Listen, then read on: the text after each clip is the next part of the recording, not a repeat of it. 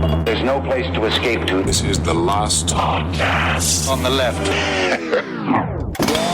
From your grave. That's when the cannibalism started. What was that?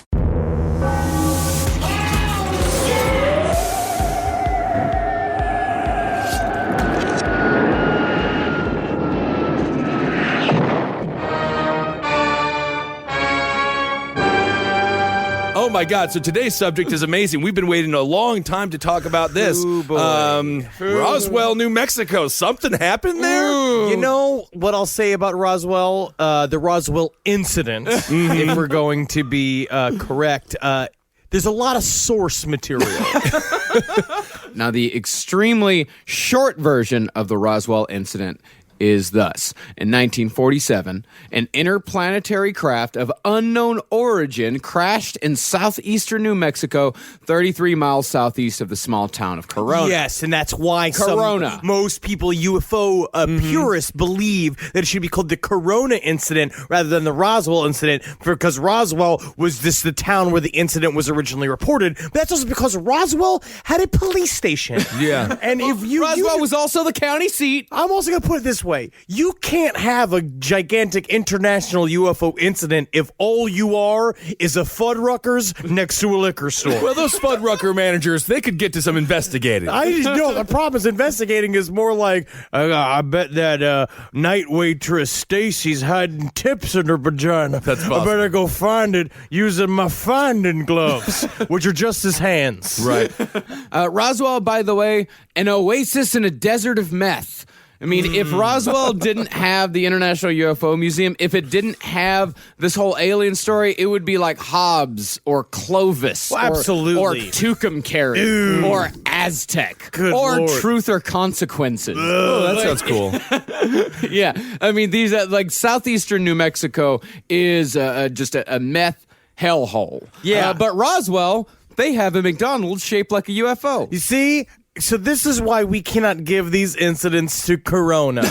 Right. Because if we gave them to Corona, all of the people who would be traveling around the world to come see the UFOs would just be stuck in New Mexico with a crippling methamphetamine addiction. Isn't that sad? Cactus Jack, one of my favorite pro wrestlers, is from Truth or Consequences. And it's also the legal name of the mayor of Corona. That's Cactus Jack. Well, you have two names. You're mayor now.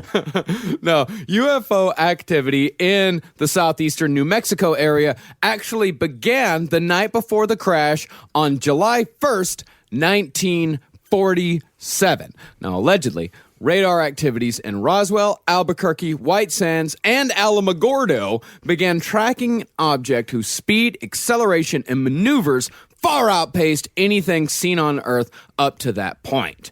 The next night, on Wednesday, July 2nd at 9 p.m., Mr. and Mrs. Dan Wilmot saw an object fly over their house that was shaped, quote, like two inverted saucers faced mouth to mouth. And to lend more... They were having sex. That's how you make extra saucers. That's what you call the top of a bowl. You call it the mouth of the bowl. Yeah, that's how they make them. The problem with people describing UFOs back in the day is that nobody really knew what to say about it. Now Right. we have the flying saucer thing. You always hear people struggling with the description. It sounds a lot of Right. times there's like, it was a pendulum type, jibbity jabbity, hot air balloon. No, a jibbity jabbity, that sounds more of a sound. But that's what I mean.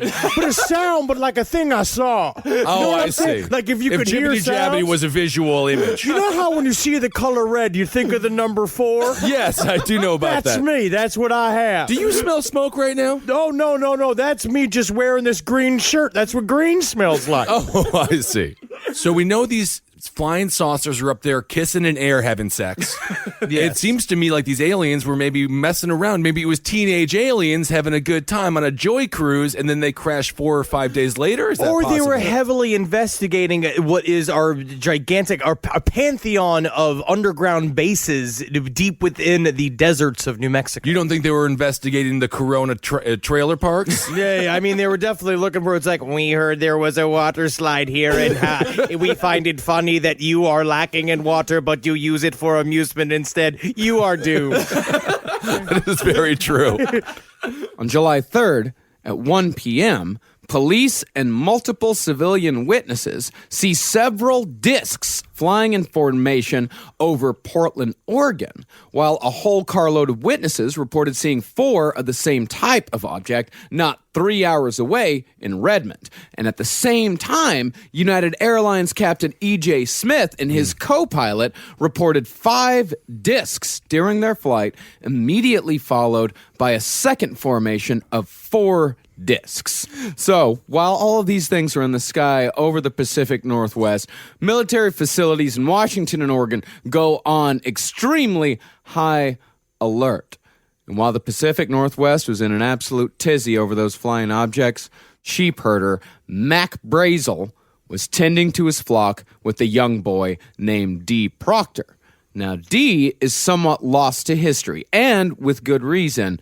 Every attempt at interviewing D. Proctor before he died, a morbidly obese alcoholic in Ruidoso, New Mexico in 2006, failed. He had an almost pathological fear of even discussing the Roswell incident and was said to literally run out of a room at even the slightest mention of it. Which was difficult for him because he was 450 pounds. Yeah, they should have kept on mentioning it, and then he would have lost some weight. All of a sudden, he was in the 1984 Olympics. Yeah, that would be great. Or like Mike Tyson's Punch-Out, the cutaway scenes where you would bike and the trainer would chase you.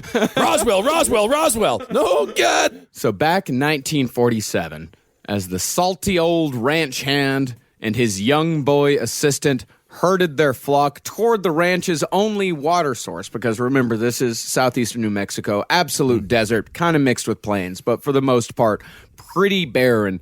The two found they were blocked by a field of debris 3/4 of a mile long and 200 to 300 feet wide that his sheep refused to cross. Which is very interesting. There's the beginning of the Roswell incident starts with literally laziness, a farmer's laziness. He couldn't handle. No, it's not laziness. No, it's not laziness. No. It actually is strikingly biblical. Yeah. It's a if you sheepish.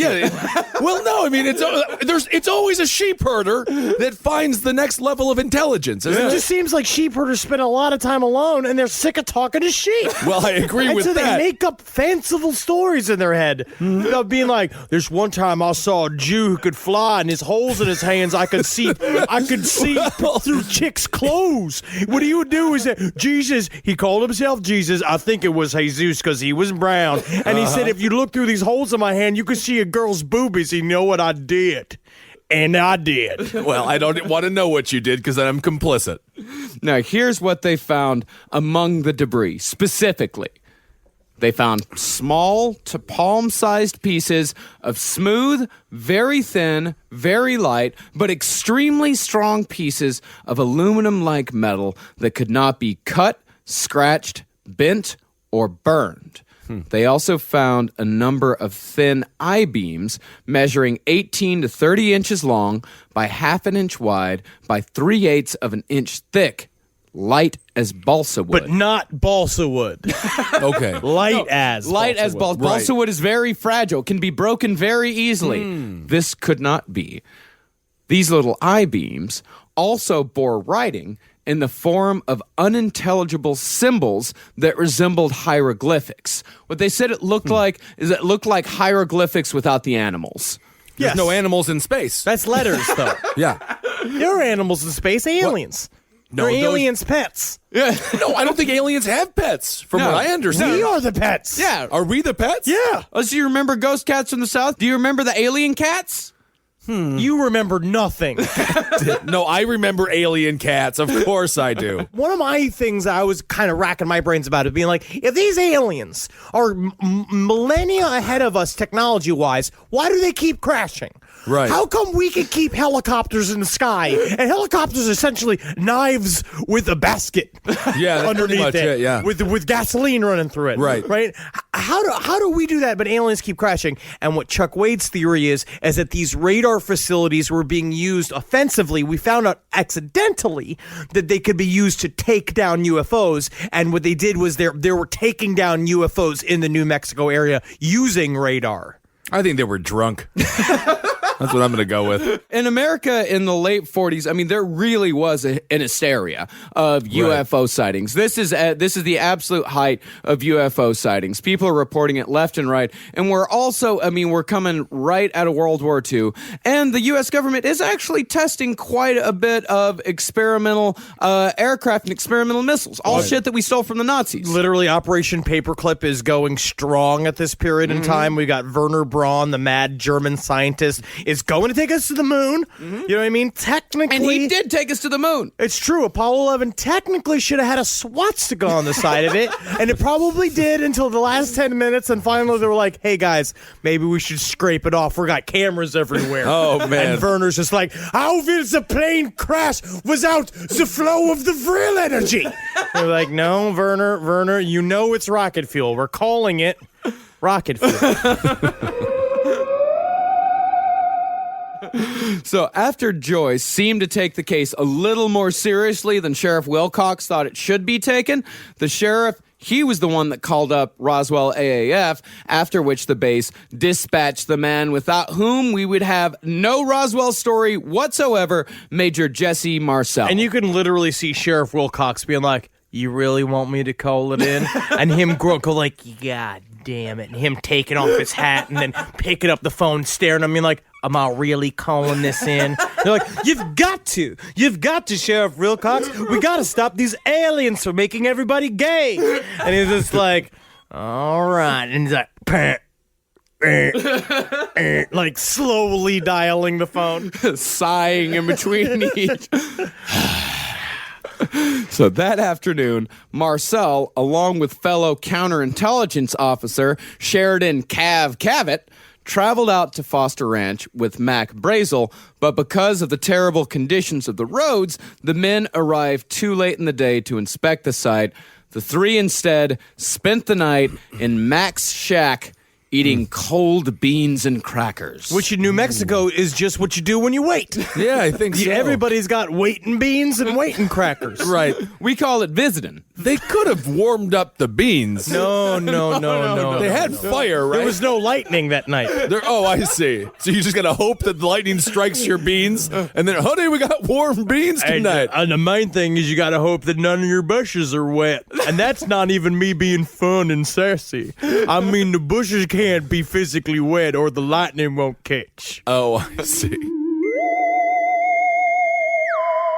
There are many witnesses, especially children, that were involved with this because basically once the cops went out there and Marcel first went out there and they were digging up, they were moving all of the debris off the field. There were kids just literally running around playing with shit. Yeah. And they were like, let him do it. And there was a girl that was a farmer, a local farmer came to help remove the debris from the field. And she remembers picking up the metal and watching it melt in her hand. And then she threw it on the ground. She was like, ha, ha, ha, that's fun. Like kids do when they don't realize that they are a part of something fucking deeply cryptic and secret. Yeah. And then they were apparently allegedly approached by the CIA afterwards. A man with a baseball bat started talking to her, pulled her out onto her front porch, slapped his bat against his hand, and said, you know, a lot of little girls go missing in the desert. That was Babe Ruth. Yeah, it seems like it's, you know what, to steal a term we always often use here, willy-nilly. They're just kind of going, where is the importance? Cabot, after he loaded up all of his shit in the trunk of his car, he showed up at his house at 2 a.m. and shook his wife and 11-year-old son awake and made them come into the kitchen to look at the shit and play with the shit. Because at the time, it wasn't classified yet. Right. So he wasn't necessarily doing anything wrong. He was just showing his wife and kid some cool shit that he found out in the desert. Well, he said if this was really alien based, if this was non-terrestrial material, this is going to be the only time they'd get to see it because it's about to become classified in a hot second. I mean, God knows if you're giving everybody cancer or not, but he didn't even think about that. But this guy is Father of the Year. I got to say, if you get woken up by your father and he shows you alien materials, very cool dad. I mean, I don't know. Getting woken up at 2 a.m. by your dad to tell you about something that he found in the desert that day. It sounds like something your dad would do. You would love that, Marcus. I mean, yes, you would. You'd think I would have. I know you would have. Now, the odd thing about the Roswell story is that in some version, the Army is a rabid, hyper-vigilant force on top of every aspect of the story. And in others, though, they seem to be almost cavalier and just fancy-free about the entire situation. They, on July 8th, and this is... I don't know. This seems to be one of the oddest parts of the story and something that I cannot figure out why they did this. The Army released an official statement, almost casually stating that a flying saucer had been captured outside of Roswell a few days before by a sheep herder, and mentioned Jesse Marcel by name as the man who had recovered it. And they said that he was taking it to higher headquarters. He had loaned it to higher headquarters for further study. Why? So this is Air Force. Actually, this is Army. This is before the Air Force. They still got planes. They're right next to the goddamn Air Force. And they're just being like, they know what it is. If they thought it was going to be a weather balloon, the first thing you'd say is a weather balloon. You'd just be like, oh, it's a fucking balloon. I mean, maybe it's they made just... out of liquid metal.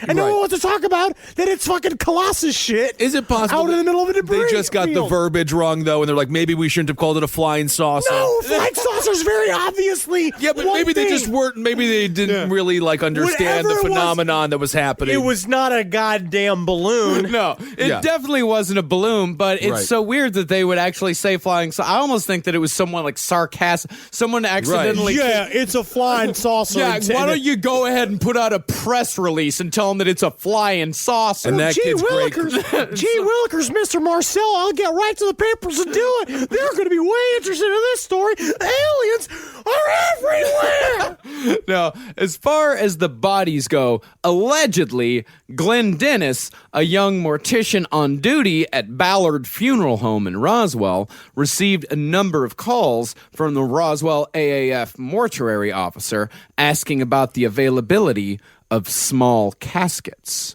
The second call Dennis got was concerning various chemicals and what effects they would have on the blood and tissue of a deceased body, and also what procedures should be done for preparing a body that has been exposed to the elements. And when you hear the details of what the crash scene was actually like, according to some people, you'll understand exactly why the base mortuary officer was at a bit of a loss. Well, yeah, you literally have the five tiny people that are all mashed up in different ways, and the first thing you get a call from an Army officer, it's like, hey, yes, Mr. This is Colonel Bubba Duck. I'm not making up a name, but let's say I'm making up a name. Can I get 5 children's coffins over to this field right now? It seems like if aliens land, do we have to give them a human funeral? No, this is one of those weird New Mexico things that they threw in there, being like, well, the government wanted to make sure they got a proper burial. Yeah, what, an open casket? I mean, what's happening? Well, they wanted it. They needed to transport them somehow,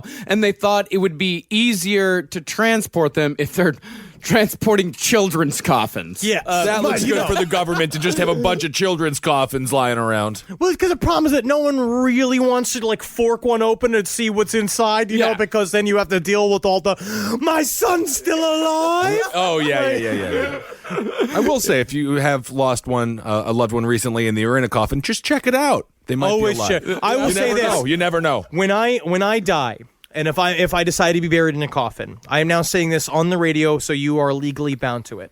Once every 5 years, you are to dig open my grave. It's illegal. Open up the coffin and make sure I'm still inside. I feel like you're just going to haunt all of us. Every 5 years, we're going to get together. That's a part and of it's this. going to be like, Hey. I know what you did last summer, and it's going to be terrifying. Hey, so you know what time it is? It's 5 years coming up. Gotta go. I'll get the shovels.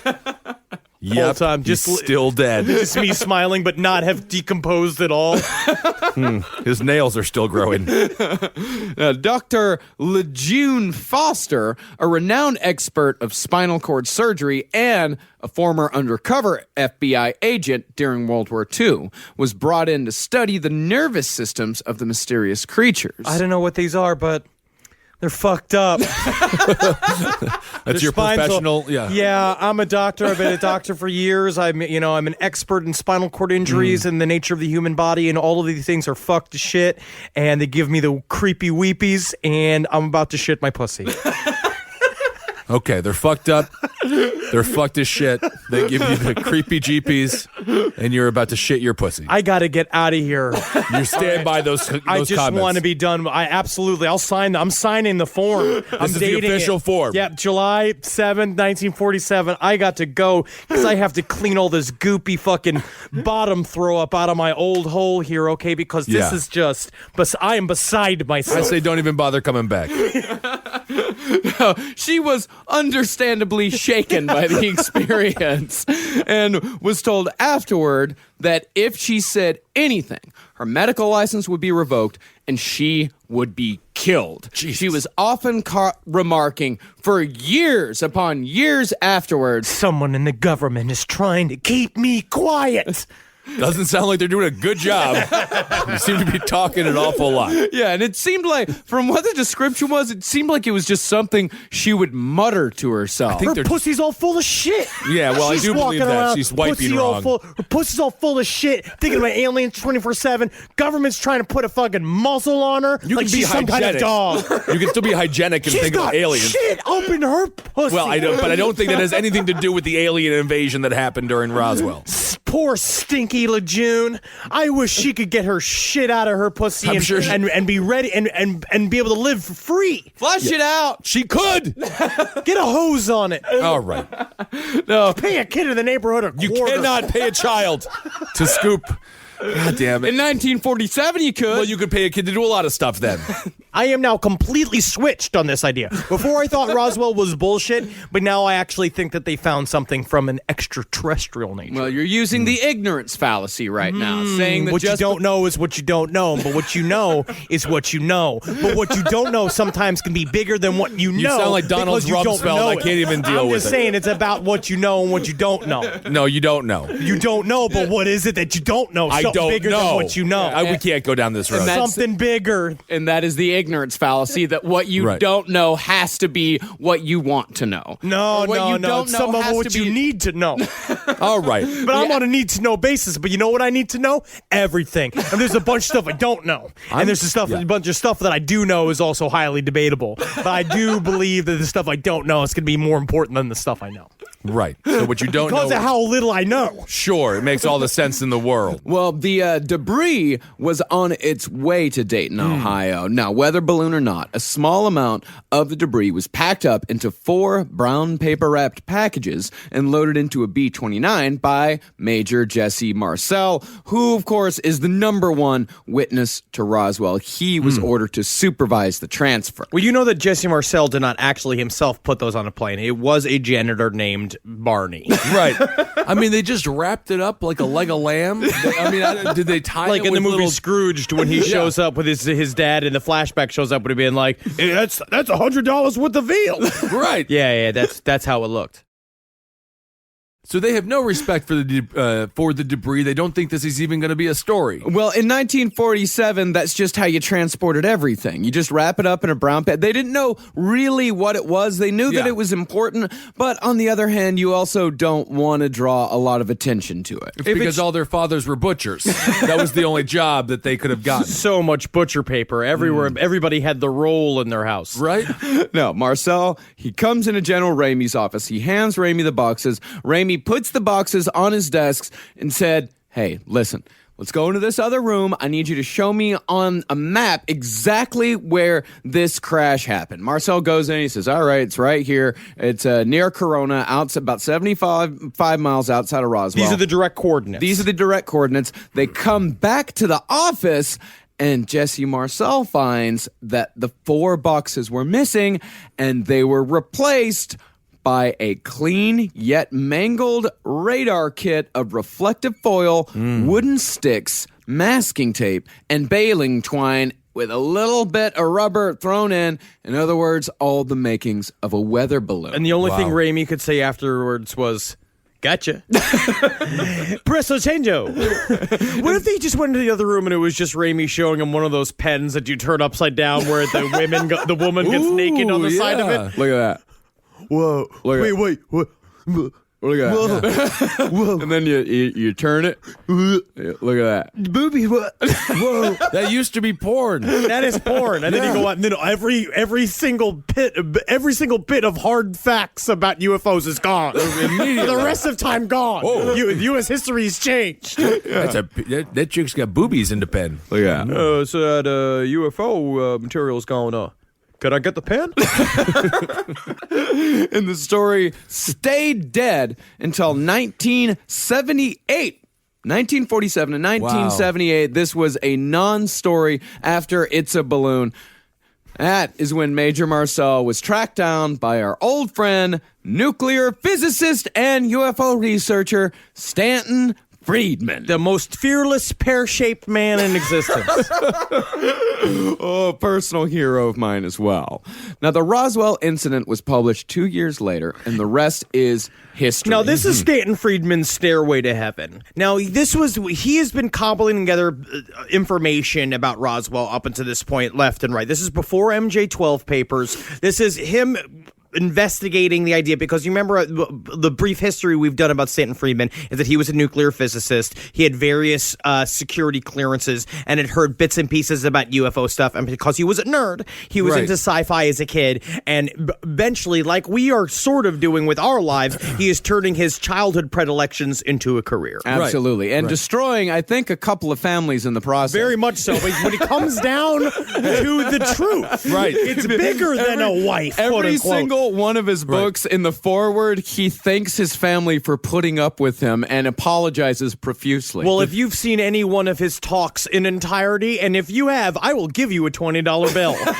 If you watch any one of those in entirely, can you imagine spending a lifetime with the man? You just got to learn to love him. Yeah, you got to learn to love him. Yeah, and I actually, when I got these Roswell books at the International UFO Museum and Research Center, I, of course, bought a signed Stanton Friedman book, and I asked the woman at the gift counter, I was like, how, do you know him? How is he? She's like, you know what? A lot of people think he's stodgy, but I think he's just the nicest fella in the world. Isn't that I'm like, something? wow, you fucked Stanton Friedman. Also, Why did you make the mental leap that she had sex with him? I could see it in her eyes. She just said that he wasn't terrible. You could know when someone's had sex with Stanton Friedman if their eyes can go wall-eyed independently. You know, like She did have a veiled insult in her compliment. Both, though. I mean, it was a quote. Yeah, some people say he's stodgy because apparently, I guess in Roswell, Stanton has a bit of a reputation. I'm sure he does. He's a known quantity. Hard-nosed journalist. Also, the owner of up to 150 yards of suspenders. Yes, and a hell of a YouTube channel. But the other thing about Jesse's story, yes, it is creative. His story tended to change quite a bit. And because of this, UFO researchers are able to cherry pick bits and pieces of Jesse's story to fit whatever narrative they need whenever their claims are debunked. They're allowed to change the story, and they feel perfectly comfortable doing so. For example, when Marcel originally told Stanton Friedman about flying the debris to Fort Worth, he claimed that he was the pilot, that he flew the material himself. But when debunkers looked into his military history, they found that he had never actually even been a pilot, despite him also claiming that he shot down 5 enemy aircraft during World War II. And what's funny is I did it with just my finger guns. Oh, amazing. And it's just like, I was standing on the wing of the plane. You wouldn't believe it. Everyone said, Jesse, you're crazy. And I said, I'm crazy like a goddamn maroon. Well, that would make you crazy. A maroon is a type of weasel. I went out onto the see. wing of the plane, and I was just pointing my fingers just because I knew I could. Right. And I took down all of the Luftwaffe with just my index finger. Isn't that's a passenger airliner? Yes. Innocent. I had commandeered a passenger airliner. I was going to Toledo to see my sister get married. And Right. I got to say, we were all even surprised she was getting married because she was 475 pounds. But you Well, hijacked the plane. Oh, I hijacked the plane, but I could because I told them I was a pilot. Where were you on 9/11/2001? Oh, I was in the grave. Yeah, he did it. He died in the late 70s. And Marcel, he was all like, as far as other things that he lied about, he bragged to Freedom that he had a bachelor's degree in physics, that he studied at 2 different universities. But investigators found that he never attended one of the universities and didn't finish his degree at the other. And in fact, his military records state that when he was inducted into the Army, he listed his education as none. I mean, if or you're- high school. Street smarts. Right. If you're gonna lie about it, give yourself a master's. He just went with the bachelor's degree. Yeah, he went with the bachelor's of physics. I don't want to go too crazy. Well, yeah, because if the master's at some point, something be like, oh, well, you know how to handle this. You have a master's in physics. And then he would have to be like, Let me show you my pen. I got this pen one. Yeah, and when faced with these outright lies, these aren't even exaggerations, these are outright lies, researchers rationalize this by saying that military records are, quote unquote, notoriously inaccurate. And that may well be, but it's a huge contradiction to, on one hand, say military records are notoriously inaccurate when it doesn't suit you, Right. while using those same types of records involving transfers and trips and telegrams as proof that something was going on. It's like Alex Jones saying the mass media is lying to us about Sandy Hook and Aurora and Boston and is complicit in the globalist takeover, and then turning around and using a news story from CNN or NBC as proof because that the your source globalist takeover is Your happening. source material right. is from the globalist fucking Yeah. source. It's all But the that same cognitive horseshit. dissonance, but it doesn't add up in their minds. But Well, he there's is a- right that aluminum is making kids gay. That is possible. It's a bit of a confirmation bias as well there, right? Yeah. I mean, they're looking for they're finding what they want. They're looking Right. for proof, and they're finding it in the same places that they're finding lies. But isn't that the nature of reality in general, dog meat? Yeah, it is. That you seek out what you find, and what you find then shapes your reality, and then when your reality then becomes your own singular reality, and then it becomes reality itself. Truth is Truth is boom. truth is boom. And out of all the witnesses, only 7 of them claim to have actually seen the debris. And a couple of those 7, by the way, were children at the time. But what they do remember is afterwards. But that's what's interesting, though, is that the memories all line up.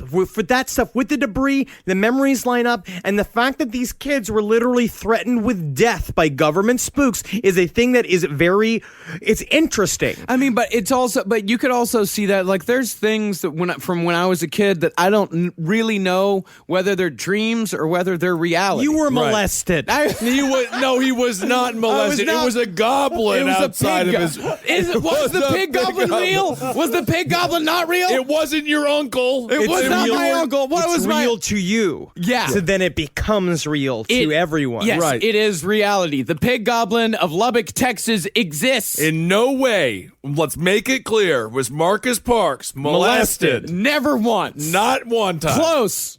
A couple times. Well, now we're okay. All right. We don't want to Sounds really like know. you were flirting with him. Yikes. Corso claims that in 1961, he was given the official files on the material that we recovered from Roswell and was instructed to filter the technology from the military into the mainstream via industrial development. You fold it in like chocolate into a delicate mousse. Oh, yeah. Now you're talking. No, eventually, through reverse engineering, people like Corso were able to develop such modern technology as lasers, integrated circuitry, fiber optic networks, accelerated particle beam devices, and even the Kevlar used in bulletproof vests. Tickle Me Elmo, Betamax, spinny hats that Herbie? little kids wear. That we use with spinny hats when little kids wear. Yes, you see them in the pictures of the 1920s. What that is time travelers from the future, from the 40s, going back into the 20s and putting them on kids' heads. Interesting. And also condoms. You've never seen a skinny kid with a spinny hat because they'll just go right up. Yeah. You got to be fat, stay low. Opinion. That's right. Well, apparently, Stalin's plan was to take a bunch of mentally challenged children. Like kids that were too smart, and so they needed to be challenged. Like it was like school was too easy for that's them. right. Yes. No. This is advanced classes for the Russians. He would take these mentally challenged children, hideously deform them using Mengele-style tactics, load them into an experimental aircraft, fly said aircraft over the border from Mexico, crash land them near a population, and when the deformed, retarded children crawled out of the wreckage, they would spark a War of the World style panic. It's a balloon. But that's a problem. They kept saying that when they came out of it. Right. It's a balloon. It's a balloon. Unbelievable. It's a great idea. To me, it's the thing that makes the most sense. It has slowly eroded our education system. We're doing terrible, against the Chinese and things like that. But so I think they might have won. Her theory is not that it's Mengele-style tactics. Her theory is that it was Mengele himself. And that the Russians See, I missed that. That wasn't in the last chapter. No, the Russians had hired him in between after World War II. He went into hiding. Yeah. Stalin kept him alive. Basically, they caught him, kept him alive just to make this experiment. And this is a part of what her anonymous contact, and the entire book, all of the other contacts that talk to her about Area 51, they state their names, they go on the record, or they talk about the top secret programs that are happening in Area 51. This man spoke anonymously, and he said that, yes, that Stalin and Mengele designed them, literally drew them on paper. Right. They created the modern gray together just because Stalin used to do this thing, because Mengele used to do this thing back in the day where he would split open Jewish people's heads and put extra skull in them just to see what they'd look like. Yeah, strange it turns out. Now, supposedly, the Nazis were masters of UFO technology. UFO-like technology. Right. Right. Can we say, pedantic piece of shit. But and as far as the Nazis and UFOs go, and as far as the Nazis and advanced technology goes, CIA agent Gene Poteet said with a fair amount of confidence, Hitler invented stealth. and is that your interpretation of a fair amount of confidence? is that what Gene Poteet sounds like? Hitler invented stealth. There we go. That's a fair amount of confidence. That's a fair amount. And Hitler used that technology to build his stealth bomber, the Horton Ho 229. God, it sounds like a special, Huge prostitute. Yeah, a huge prostitute, or just like 5 pounds of mashed potatoes here. Now, this is where I want to say again, the layers of disinformation and the stories that have been built into Roswell are all completely insane.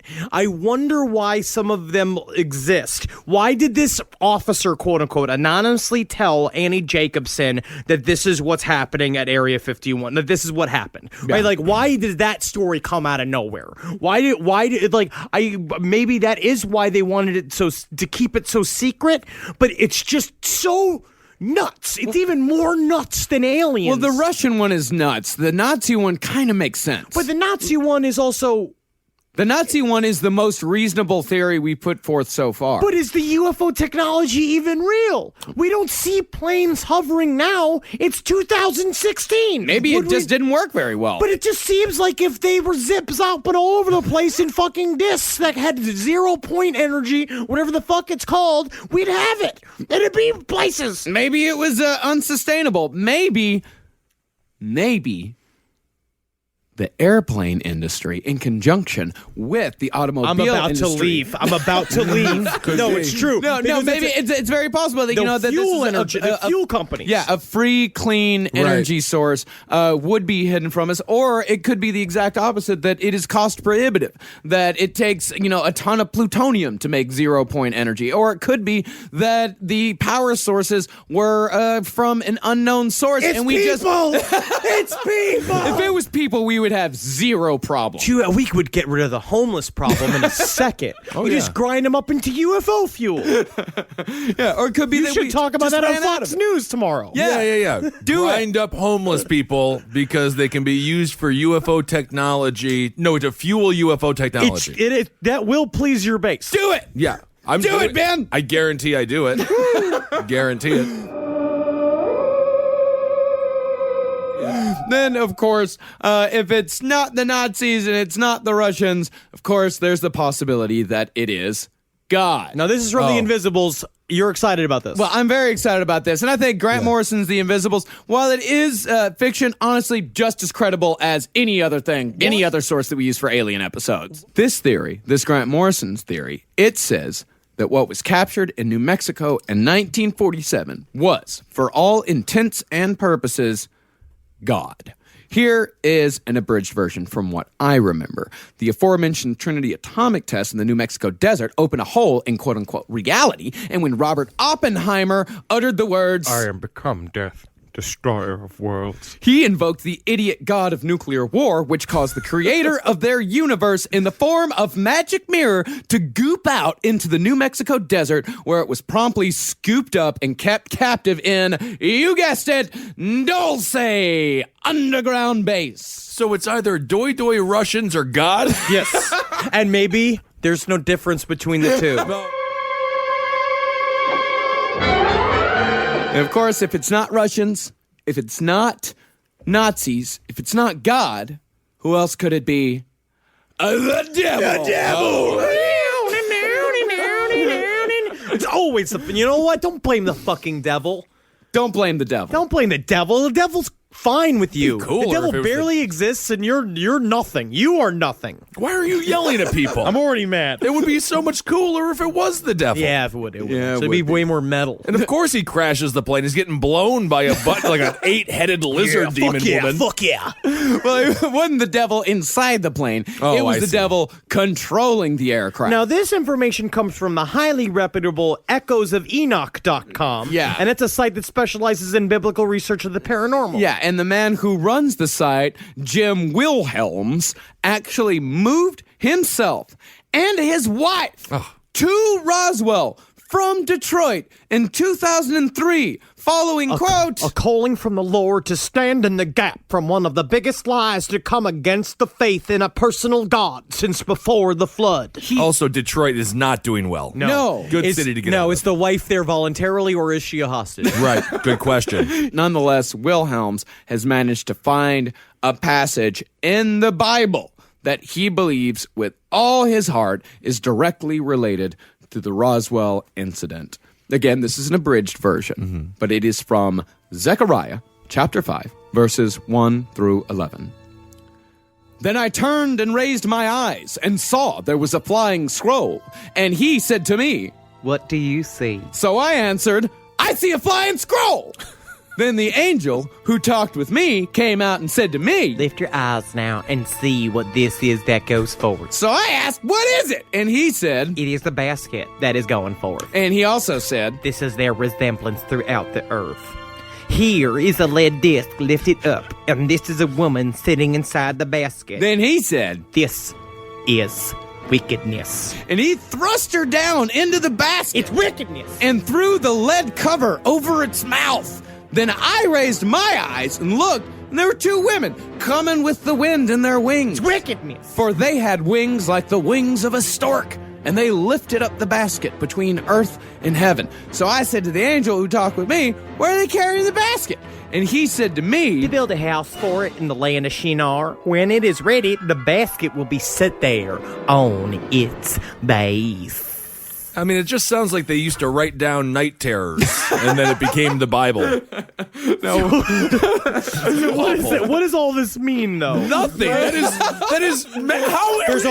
How is anybody religious? There's a woman in a basket. there's a woman in a basket. And somebody dropped a newspaper in front of a fan. It's a balloon. It's a balloon. She's got stork wings. Oh, I see. Yeah. And as the final word of proof, Wilhelm presented a single line from the Gospel of Luke, chapter 10, verse 17. I beheld Satan as lightning fall from heaven. Very cool. That's double bass. Oh my god.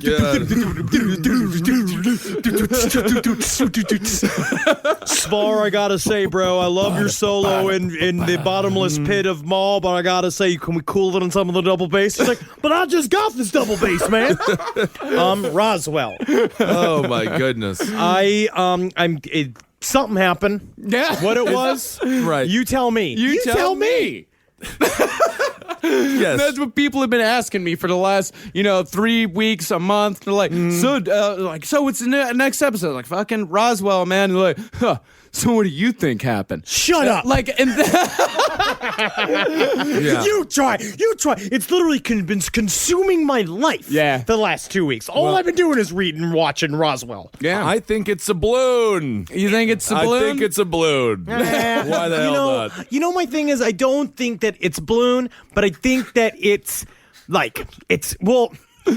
balloon to somebody. You know what I mean? What is a balloon exactly? I don't think Let's it's change it around. what's a balloon? If it's not a balloon to us, it's a balloon to them. Yeah, you know what I that's mean? true. If Yeah, it's yeah. aliens, just probably being like, I wish we hadn't lost that taco truck in Roswell last week. You know what I mean? Like, that's all they could. They don't know what it is. Yeah. Right. But I also believe there is something too. There's a book I'm reading right now. If you want to know everything there is to know about modern UFOs, in one book, it's this book, and it's very interesting. It's if you are a person like me whose whole life has been marred and destroyed by your UFO knowledge, it's a lot of stuff that you already know, but it's very useful, and it puts it all in one place. But the one thing he kind of talks about is the nature of UFOs. It's very interesting, and the idea of them being either natural or handmade, and whether or not that is mechanical or animal. And what we're looking at for UFOs, a lot of the times, that if they are interdimensional crafts, if they are something from another realm entirely, they can be something that we can never understand. Like literally something like a natural machine, like a machine that is alive, that it's a UFO thing that the UFOs themselves are alive and they can come through, Right. and there is another type of entity altogether. So yeah, maybe it crashed, and maybe it had a fucking heart attack. Maybe the thing was alive and All right. had a fucking brain aneurysm, and it died in the middle of a goddamn desert, because that's where a lot of old people fucking die. We've reached the max. Henry, we're losing you. Henry, come back. Henry, put the book down just for a second. Okay. Psychedelic nature to Yes. aliens. Yes. Difficult to put your finger on. I think for right now we have reached our limit. I think of we have. alien conversation. Henry, we have to keep you alive. Oh, I'm bringing this book on the plane I'm about to go on. Don't start yelling.